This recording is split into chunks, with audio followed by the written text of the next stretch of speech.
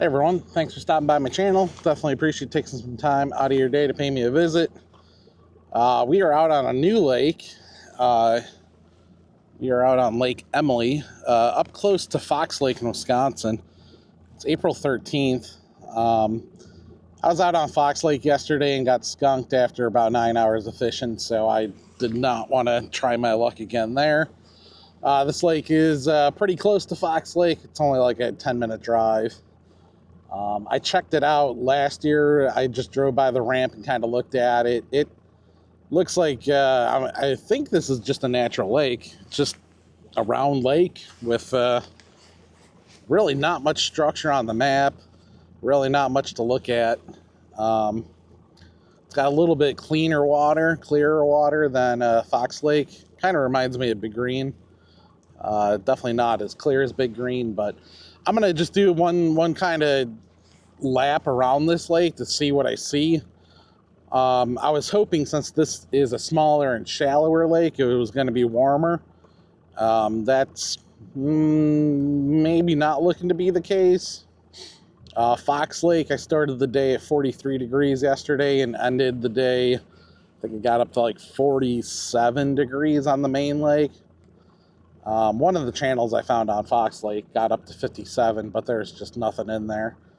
But yeah, we're gonna do a lap around this lake and see what we see and start fishing. It's supposed to be kind of a relatively nice day, get up to low 60s, but the wind is supposed to be howling as the day goes on. That was another reason I didn't really want to fish Fox Lake.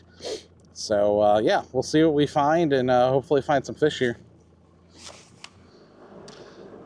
All right, so I'm about a quarter of the way around this lake. I kind of scoped that first shoreline. I guess I should not say scoped in the day and age of live scoping. I eyeballed the shoreline. There's a lot of really good looking wood, and it's relatively deep, close to that shoreline, about 5 to 6 feet.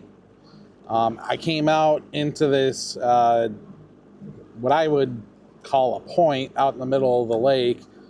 These weeds are looking really, really good. I don't know if that's going to show up on camera or not, but we're getting these isolated weed patches that are coming up to about 5 feet of water and about 10 feet of water. So I'm gonna still do the rest of my loop. Hopefully I can find some kind of offshore structure, fish crib, rock pile, something like that. That would really convince me to stop and fish that. But once I'm done looping this lake, I'm going to be pretty torn, I think, between fishing wood up shallow or coming out to this more main lake, deep area and fishing that. What do you guys think? 45 degree water temperature, 45 and a half. I think some of these fish will probably move up onto the wood because that should warm up a little bit faster. But some of these other fish are obviously going to stay out deep as well. So really going to have a hard decision. I can tell you one thing. I chose the wrong way to go around this lake. I chose clockwise, and the way this wind's blowing, should have chosen counterclockwise, because this wind gust, I'm getting just a little bit wet. Not a good combination when it's this cold and this windy. Thankfully, I grabbed my raincoat just as a windbreaker. Didn't really think I would need it as an actual water protection. All right, well, it took us a little over a half an hour to do a full circle of this lake. Not a perfect circle of the lake. We kind of bounced between the shallow and deeper sections. Did find one rock pile. It looks really nice, but it didn't look nice enough to stop and fish yet. I think what I'm going to start with is start at the point that I first kind of pointed out, and then we're going to work our way back over to that rock pile on the trolling motor. Going to be throwing spinner baits, maybe a Texas rig to this wood. Maybe we'll bounce out a little bit deeper, throw a lipless crankbait and chatterbait. We'll just kind of be fluid and bounce around a little bit. But that's, I guess, the game plan for the immediate first few hour or two here.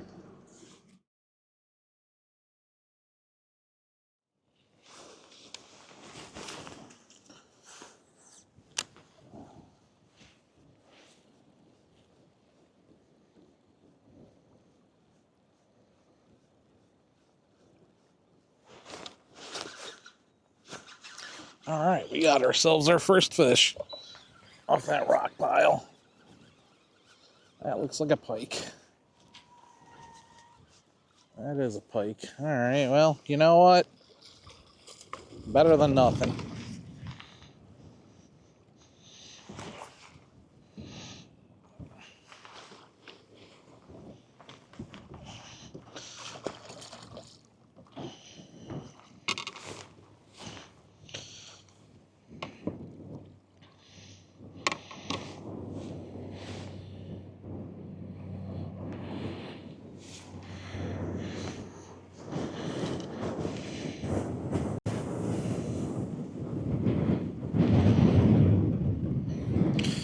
All right, that is very much a hammer handle. All right, thanks, buddy.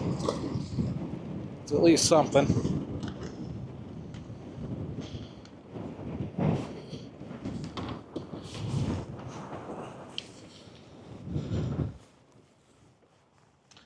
We have made ourselves, well, I guess I should say we've made it over to the rock pile, indicated by that one little rock buoy.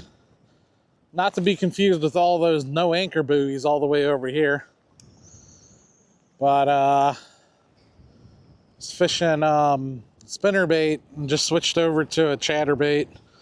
It's a half-inch, or not a half-inch, half-ounce black and blue. This is one of the newer Evo ones. And then that's paired up with a baby D-bomb in a blue bruiser, I think is what they call that. But you rig that D-bomb sideways like that, and it gives it a pretty good action. I would be using like a 3.3-inch Keitech if I had one closer to that color. I just don't.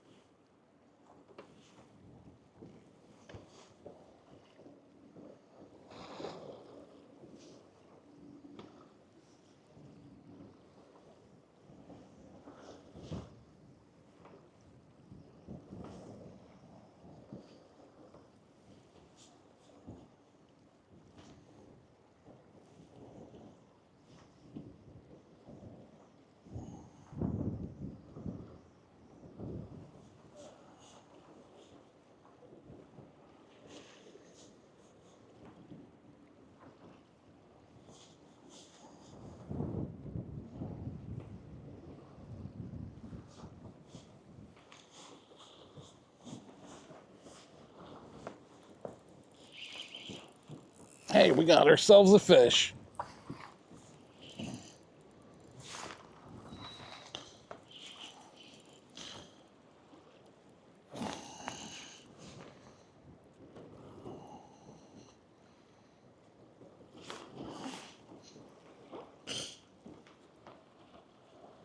It's not a bad looking bass.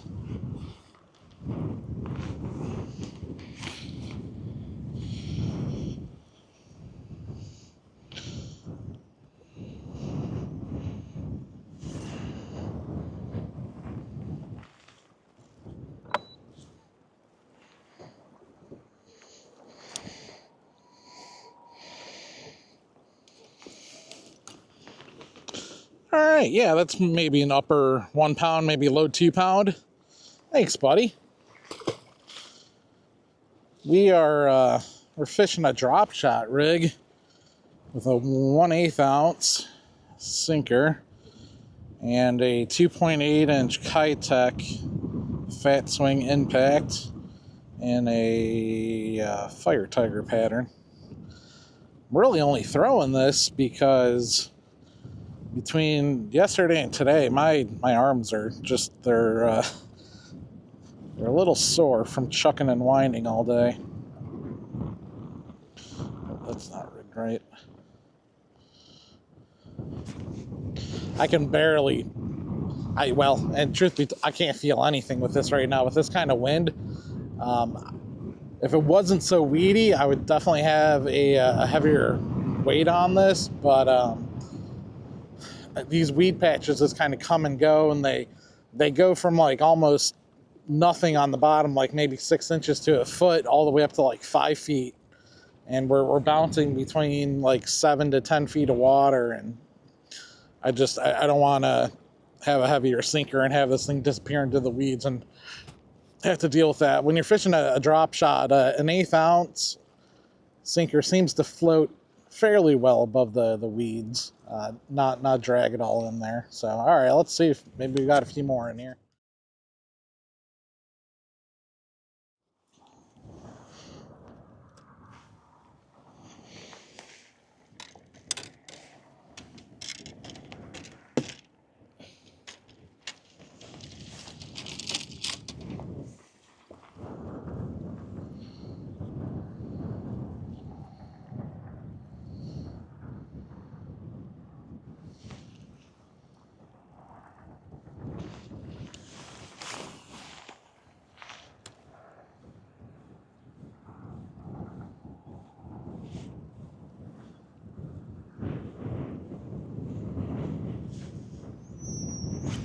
Oh, that's a fish.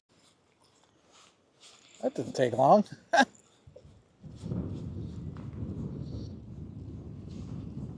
What do we got? Oh, they're a little hammer handle pike.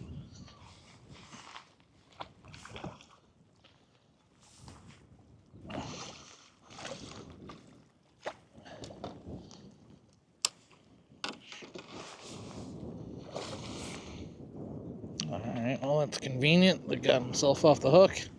Alright, we're not even going to bother touching you, slimy fella. Get out of here.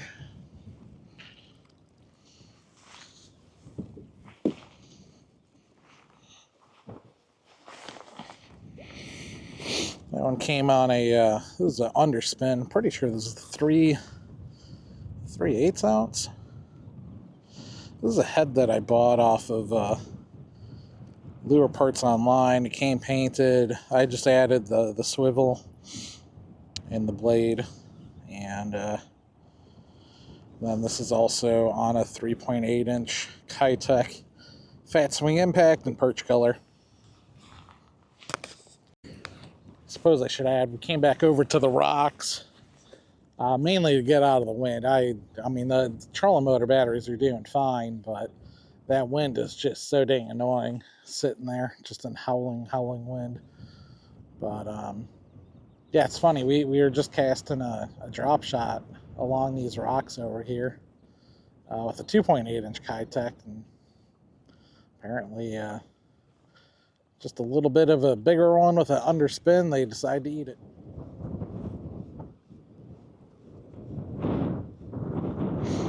All right, folks, I think we're going to call it. Do one last cast here and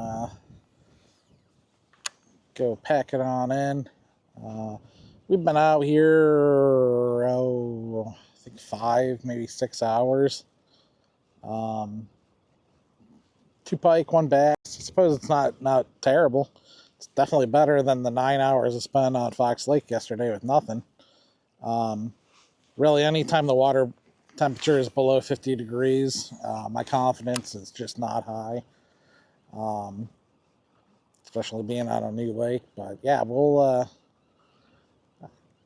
I think this lake has got some potential. I think I'll probably pay another visit here over the summer.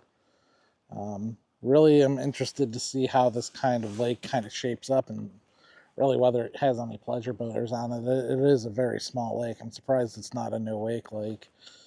But anyway, thanks for sticking with me, and we'll see you all next time.